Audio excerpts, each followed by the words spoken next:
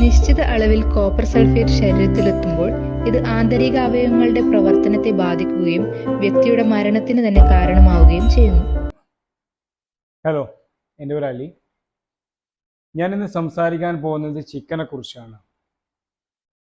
ചിക്കനെ കുറിച്ച് വ്യക്തമായ ധാരണ നമ്മൾക്കാർക്കുമില്ല.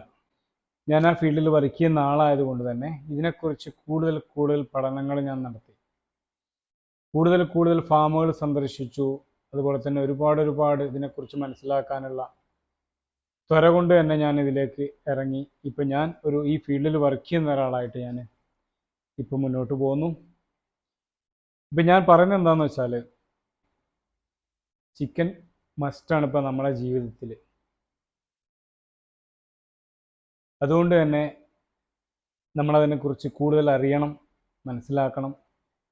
അപ്പോൾ എനിക്കറിയാവുന്നത്, മുഴുവനായിട്ടും എനിക്കറിയില്ല, പക്ഷെ എനിക്കറിയാവുന്ന കാര്യങ്ങൾ, ഇത്രയും കാലത്തെ പരിചയം കൊണ്ട് എനിക്കറിയാവുന്ന കാര്യങ്ങളാണ് ഞാനിതിന് ടോക്സിസ് എന്നുള്ളൊരു ഘടകത്തെ മുൻനിർത്തിയാണ് സംസാരിക്കുന്നത്, ഒരു വിഷയത്തെ മുൻനിർത്തിയാണ് ഞാൻ സംസാരിക്കുന്നത്. ചിക്കനിലെ ടോക്സിസ്, ചിക്കനിലെ വിഷം, ആൻറ്റിബയോട്ടിക്കോ അല്ലെങ്കിൽ മറ്റുള്ളതോ കെമിക്കലോ ഒന്നുമല്ല, ഇത് അതുക്കും മേലെയാണ്. അപ്പം നിങ്ങൾ കണ്ട് നിങ്ങൾ വിലയിരുത്തുക, ചിക്കൻ കഴിക്കണോ വേണ്ടയോ എന്നുള്ളത്. ഓക്കെ, ആരോഗ്യത്തിന് മുൻഗണന കൊടുക്കുന്നവർക്ക് മാത്രമുള്ളൊരു വീഡിയോ ആണ്.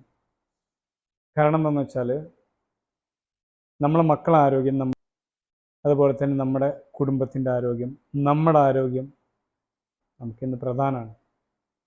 നമ്മളിന്ന് ഓടുകയാണ്, ഹെൽത്ത് ഇൻഷുറൻസിനാണ് നമ്മളിന്ന് മുൻഗണന കൊടുക്കുന്നത്. നമുക്ക് അസുഖം വരാതിരിക്കാൻ വേണ്ടിയിട്ടാണ് നമ്മൾ എപ്പോഴും മുൻഗണന കൊടുക്കേണ്ടത്. അതിന് നമ്മളെ ഭക്ഷണം പ്രധാനമാണ്. ഭക്ഷണം ശ്രദ്ധിച്ചേ മതിയാവും. ഇനി മുതൽ കോഴി ഫാമിലെ കോഴികളൊന്നും ചാവാതിരിക്കാൻ വേണ്ടിയിട്ട് ഈ ഒരൊറ്റ സാധനം കൊടുത്താൽ മതി. ഇതെന്താണെന്നല്ലേ? തുരിശ്, കോപ്പർ സൾഫേറ്റ്. അപ്പോൾ നിങ്ങൾക്കൊക്കെ ഒരു സംശയം ഉണ്ടാവും, ഈ തുരിശ് കോഴികൾക്ക് കൊടുക്കാമോ എന്നല്ലേ?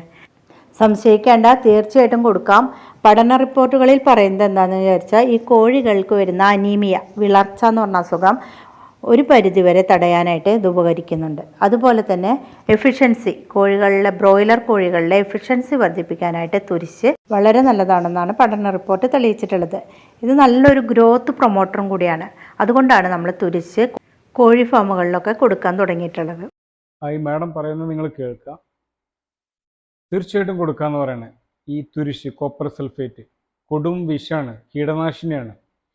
അത് തീർച്ചയായിട്ടും കൊടുക്കാമെന്നാണ് പറയുന്നത്. ഇതിന് ശേഷമുള്ള വീഡിയോ ഒന്ന് നിങ്ങൾ കാണുക, എന്നിട്ട് നിങ്ങൾ തന്നെ വിലയിരുത്തുക, എന്താണ് തുരിശ്, ഇതെന്താണ് ഇതിൻ്റെ ദോഷവശങ്ങൾ, കാര്യങ്ങളൊക്കെ. ഞാൻ ഇതിൽ കുറേ എന്നെക്കൊണ്ട് കഴിയുന്നത്, ഇപ്പോൾ ഗ്രൂപ്പിലൊക്കെ ഒരുപാട് ചർച്ചകൾ തുരിശ് കൊടുക്കുന്നതുമായിട്ടും ഫോർമലിൻ പോലുള്ള മാരക വിഷങ്ങൾ, നിരോധിത വിഷയങ്ങൾ കൊടുക്കുന്നതായിട്ടൊക്കെ നമ്മൾ ഒരുപാട് ഓഡിയോസൊക്കെ വരാറുണ്ട്. പക്ഷെ അത് എല്ലാം 100 കണക്കിനാണ് വരുന്നത്. അപ്പം നമുക്കതെല്ലാം ഇതിൽ ഉൾക്കൊള്ളിക്കാൻ പറ്റുന്നില്ല. കാരണം നമ്മൾ ഒരു ഷോർട്ട് ടൈം വീഡിയോ അല്ലേ. അപ്പോൾ അത് കാരണം തന്നെ നമുക്ക് മാക്സിമം കഴിയുന്നതൊക്കെ ഞാൻ ഉൾപ്പെടുത്തിയിട്ടുണ്ട്. നിങ്ങൾ കാണുക, നിങ്ങൾ തന്നെ വിലയിരുത്തുക, ചിക്കൻ കഴിക്കണോ വേണ്ടതെന്ന് നിങ്ങൾ തീരുമാനിക്കുക. എന്നിട്ട് ഈ വാട്ടർ ടാങ്കിലാണ് നമ്മളത് മിക്സ് ചെയ്ത് വെള്ളം ഒഴിക്കുന്നത്. എങ്ങനെയാണെന്ന് നോക്കാട്ടോ.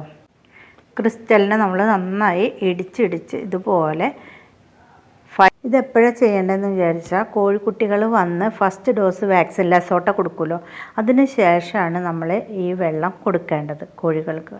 അപ്പോൾ കോഴികളിലെ അസുഖങ്ങളൊക്കെ കുറഞ്ഞ് നല്ല FCR നമുക്ക് ലഭിക്കുകയും ചെയ്യും. അതുപോലെ തന്നെ നമുക്ക് കോഴികളൊന്നും ചാവാതെ കിട്ടും, നല്ല വെയിറ്റോട് കൂടിയിട്ട് തന്നെ കിട്ടുകയും ചെയ്യും. ഒരുപാട് ഫാമിലെ കർഷകർ ഈ തുരിശ് വെള്ളം കൊടുക്കുന്നുണ്ട്, അവർക്ക് നല്ല റിസൾട്ടാണ് കിട്ടുന്നത്. അപ്പം നിങ്ങൾ ചെയ്തിട്ടില്ലെങ്കിൽ ഒന്ന് ചെയ്ത് നോക്കുക. തീർച്ചയായിട്ടും നിങ്ങളുടെ ഫാമിലെ കോഴികൾ ചാവുന്നത് നല്ല കുറഞ്ഞ് കിട്ടും, നല്ലൊരു റിസൾട്ട് നിങ്ങൾക്ക് ലഭിക്കുകയും ചെയ്യും കേട്ടോ. അപ്പോൾ ഇതുപോലുള്ള വീഡിയോസ് കിട്ടാൻ വേണ്ടിയിട്ട് ഈ ചാനലൊന്ന് സബ്സ്ക്രൈബ് ചെയ്യുക. മാഡം പറയുന്നത് ഇതൊരു ഗ്രോത്ത് പ്രൊമോട്ടറും കൂടിയാണ്.